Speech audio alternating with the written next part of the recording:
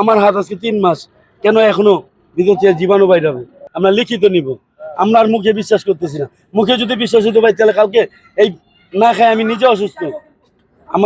আমি এইমাত্র মানে কি বলবো, আমি নিজে নাপা খাইছি, এমনকি সাপোর্টিস দিয়ে না নিজে নামছি। আমি তো আমার জায়গা থেকে এখনো অটল বলতেছি, আমার ভাইরা যে পর্যন্ত যেটা না পাবে ওই পর্যন্ত আমি নিজেও বসবো না। আমাদের এক নম্বর সুচিকিৎসা শুধু মুখেই বলতেছে, আমরা একবারে লিখিত নিয়ে আসবো।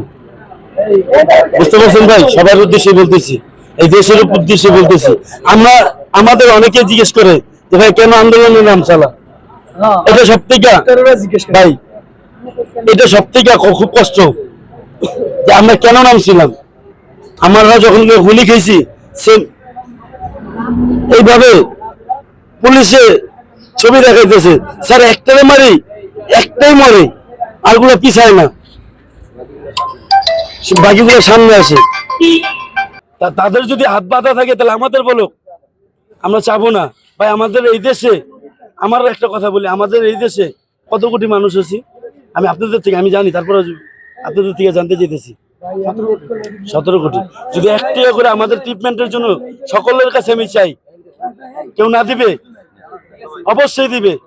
তা আমি এটা মেসেজ দিতেছি, আমাদের সরকার, আপনাদের সরকার, এটা কোনো বাইরের সরকার না, তা সরকারের মেসেজ না, এটা হচ্ছে জনগণের মেসেজ, যে আমাদের জায়গার থেকে আমরা জানি সুন্দরভাবে খারায়া দায়িত্বগুলো পালন করি। ওরা সুচিকিৎসার কথা বলছে প্রথমত, তো সুচিকিৎসার পরবর্তীতে তারা বলছিল যে তারা যে জুলাই ফাউন্ডেশনের যে কথাগুলো ছিল যে 1 লাখ টাকা করে তারা যে সম্মানী পাবে, কিন্তু সেই সম্মানী কে পেয়েছে কেউ পায়নি, যার কারণে তারা হচ্ছে যে আন্দোলনে কালকে বের হয়েছে যে আমরা এটা পাচ্ছি না বা এটা আমাদের কেন চাইয়ে নিতে হবে, এটা নিয়ে কথা ছিল। তারপর উপদেষ্টাদের সাথে যে তাদের কালকে স্বাস্থ্য উপদেষ্টা যখন আসছিল তখন তিনি শুধু 4 তলা ভিজিট করছে, অন্য 2 তলা 3 তলা বা অন্যান্য রুমগুলোতে যে স্টুডেন্টরা আছে তাদের সাথে দেখা করেনি।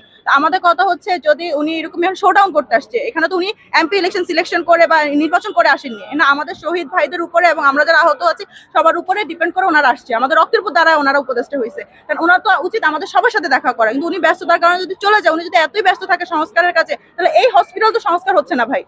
এই হসপিটালে আমরা কোনো সংস্কার বলতে কে, যেখানে দুর্নীতি সিন্ডিকেট চলতেছে ভাই।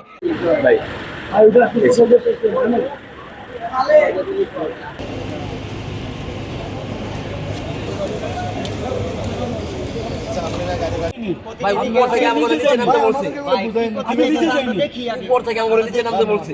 কে বলছে?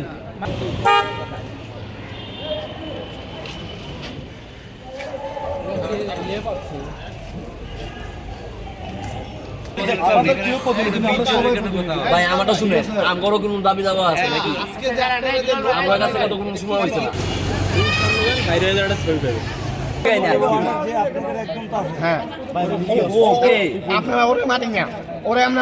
আমি নিজে দেখছি সকালে আপনি বেরিয়ে যাবেন, বাস থেকে আরেকটা কথা বলবেন না।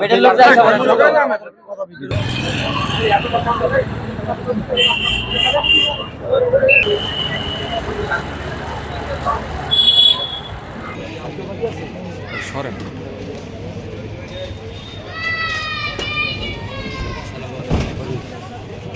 এই এই এই মাথা মোটা ভাই মানে সামনে ফ্রেমে ঢোকার কথা কমেডি আছে এই সামনে বাইরে এন্ড তো বাইরে আনমিয়া দাবার কে বলা এই লাগা আর দেব তো না না ভাই এই আপনারা এই ভাই সাথে ভাই বসে তো আমরা